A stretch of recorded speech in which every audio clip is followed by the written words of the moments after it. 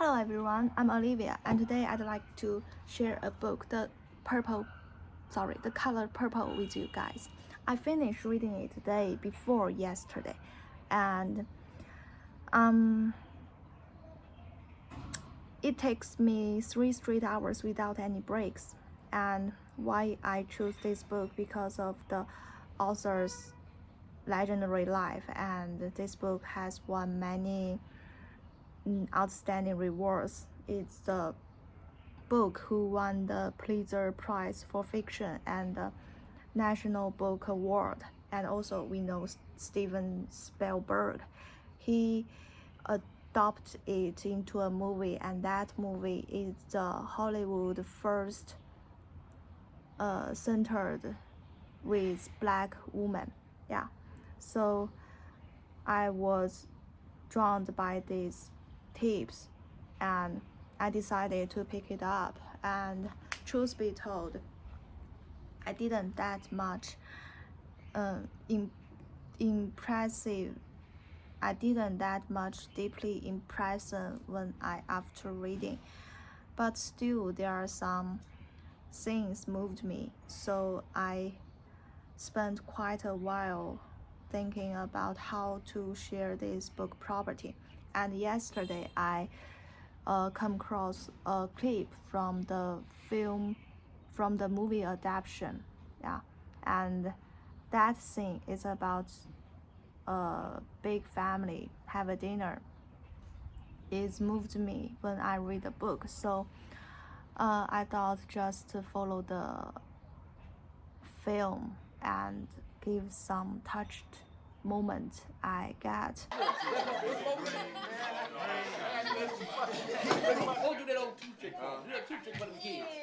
The first touching moment is Mr. questions Celie, and Celie snaps back with cruel words she'd never dare say before. Celie is coming to Memphis with us. Over my dead body. You satisfied? That's what you want? Now what's wrong with you? You a low-down dirty dog. That's what's wrong. Well, the Chinese translation to this part is "Avail Busters." I think it's far less harsh. I think the Chinese idiom 猪狗不如 worse than pigs and dogs matches Celie's anger much better. Yeah. And after Celie said this line, the noisy dining room falls dead silent, because no one expects he will resist.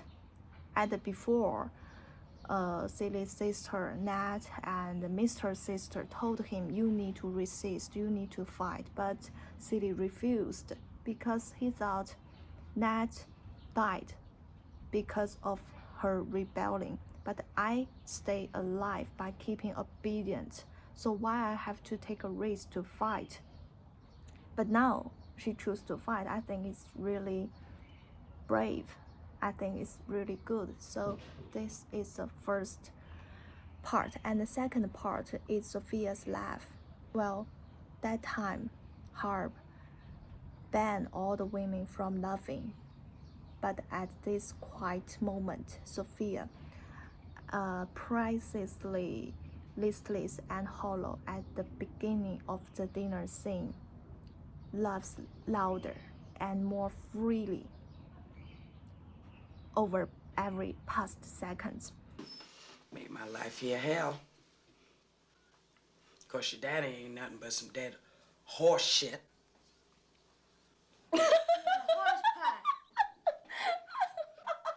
Shut up! How you know it's bad luck for a woman, the life of the man?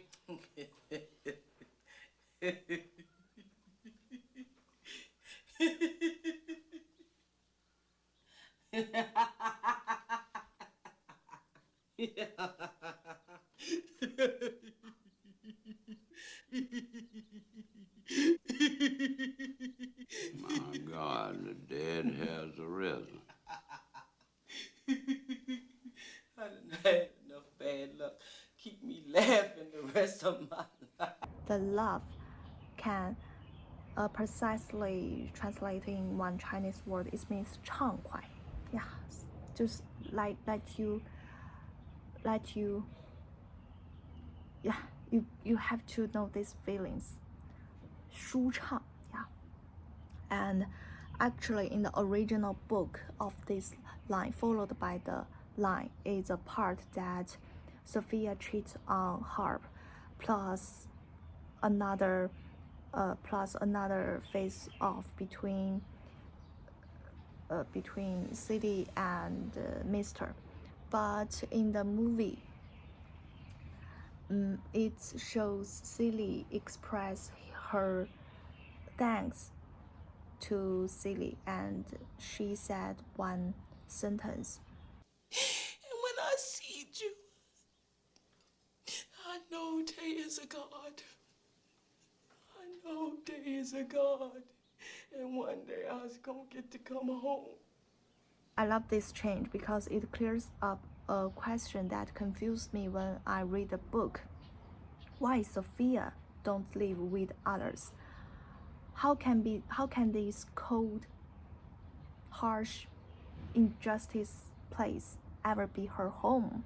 But through the movie, through her sentence, through her movement, she grabbed the pea. Pass me them peas. With more strong, with more powerful. I think I convinced that she don't need to run away. She can find her root right here. Well, in Chinese, very beautiful translation is that 她可以在这里寻找她自己的枝枝蔓蔓。 Oh, Sophia home now.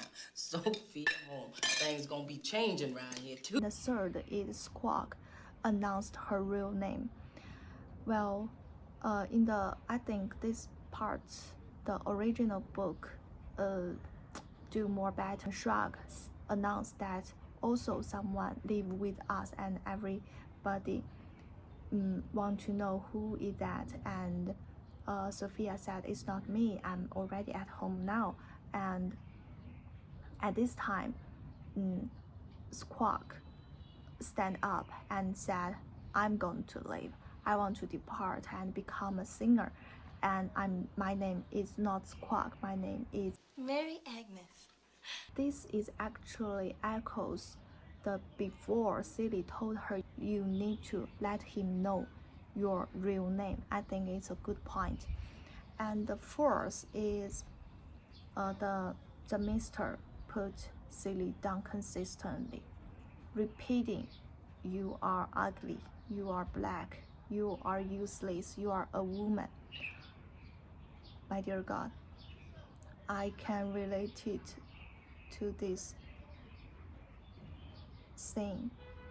Well, because I literally meet some women who devote themselves selflessly every day, yet get nothing but complain.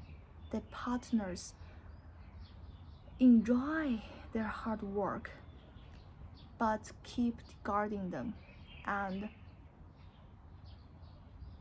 request them endure everything quietly. Celie, no! I promise you, until you do right by me, everything you think about is gonna crumble. She fights for herself eventually. Yeah, she should do this before, but actually, well, I will talk this part later. It's really touched me. One sentence. Did I ever ask you for anything? Did I ever ask you for anything? No, I didn't ask you for anything. Not getting one penny of my money, not one thin dime. Did I ever ask you for anything? Did I ever ask you for anything? I never asked you for nothing, not even your sorry ass hand in marriage. Nothing. I never asked you for nothing. There's also a gesture when the Mr. comes out. He wants to try to hit Celie, but Celie do a simple gesture. I think this gesture like came from the God. It has authority, it has power, it has strength, and Mr. just freeze in place. I knocked you up on. Everything you've done to me, already done to you.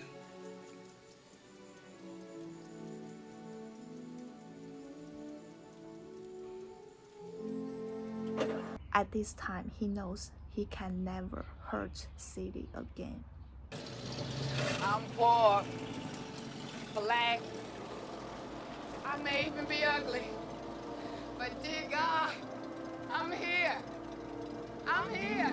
Well, bravo, bravo. And I hope every woman can live freely. Yeah. Back to the former topic that I thought Celie should fight more earlier. Actually, there is a part when Celie and Shrug find the letters that Misters hide, her sister's Nat's letters. He wants to kill the Misters, but she calmed down, and the way she calmed down is Shrug's advice that sew the pants, and this small, like her daily work, eventually becoming a big business, her own career. I think that's made me comforted. Yeah. And there is also one more thing I want to talk about is that every disaster happened to ourselves. It must get the permission from the Lord. You know, if you only can suffer 100 pounds and God will not give you 101 on your shoulders. Why I talk about this topic? Because just before the dinner scene, the movement clips from the movie, just at the original book, just before this plot, is a conversation between Shrug and Celie talk about God. They expand the God from an image of an old white man to everything in the world itself. Actually, there is a world. I think I'm part of everything, not separate from it, not cut off from the rest of creation. I know that if I cut a tree, my arm would bleed too. I carried and loved and ran around the house. I knew what it was, what that feeling comes. You can't miss it. Actually, at the very beginning of this chapter, Celie complained about the God, but at the end, Amen, and he will through the storm to the man. I think he prayed with sincere and reverence. And there is a sentence that 鼎为炼银，炉为炼金，唯有耶和华试炼人心. Trials are help us to grow because we all know that 万事互相效力，叫爱神的人得益处。阿门。